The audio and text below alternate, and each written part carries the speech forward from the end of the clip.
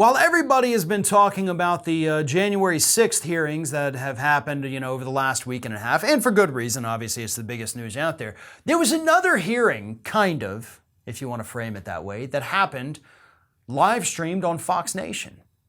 And this was something we had talked about prior to it happening. It happened this past Monday, and it wasn't, like I said, a hearing.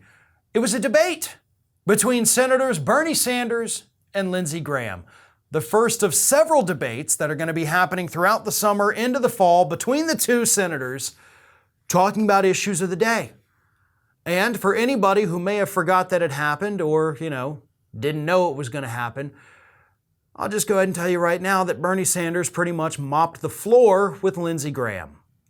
Lindsey Graham had no retort to Bernie Sanders' ideas, his plans, his talking points, other than to say, well, that's socialism.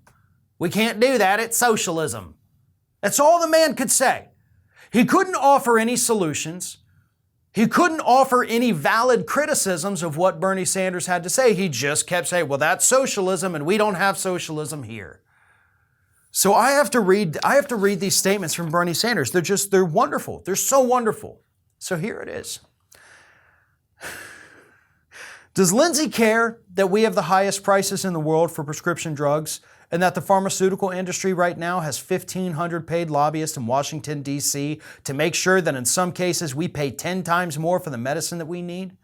Did Lindsey talk about the fact that we have in South Carolina and all over this country tens of millions of workers working for starvation wages?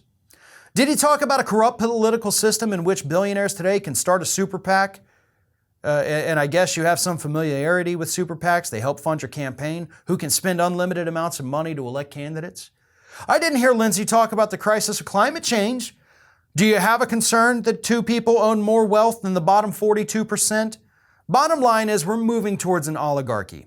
And if we don't stand up and say that we need a government that represents working people in the middle class, I worry very much about the future of this country.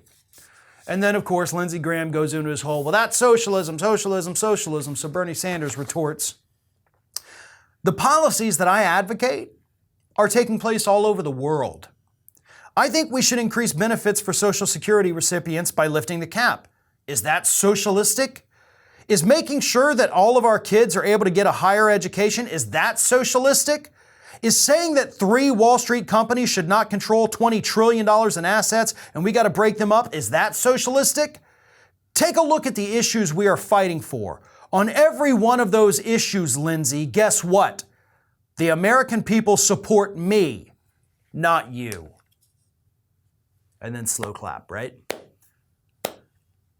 I love it. I hate to go back to this. I truly hate to go back to this. This is the guy we needed, folks. This is the fighter. This is the guy that has every fact in his head. It's all there. He can pull it out like magic. The only other person I've seen been able to do this is Thom Hartmann. And it's truly a remarkable feat. But you can't take him off his game. He knows what he's doing. And more importantly, he knows, like he said there at the end, on every one of these issues, the public is with me, not you. That's the kind of messaging the Democratic Party needs. That's the kind of anger, the fire and brimstone that the party needs. Not this mealy mouth like, oh, well, I don't know what we could do. No.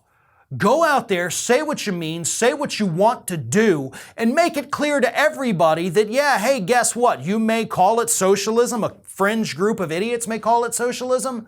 But most people in this country want these things, and most other countries already have these things. We're falling behind, and we look like a bunch of idiots because we have a handful of morons telling you to hate these things that pretty much everybody else outside of this country already has. That is the kind of leadership we need in this country, and that is why these debates are so powerful and so sorely needed. This is Hattie. Hattie wants to know why you have not subscribed to our channel. You obviously like our videos, so do us a favor and subscribe.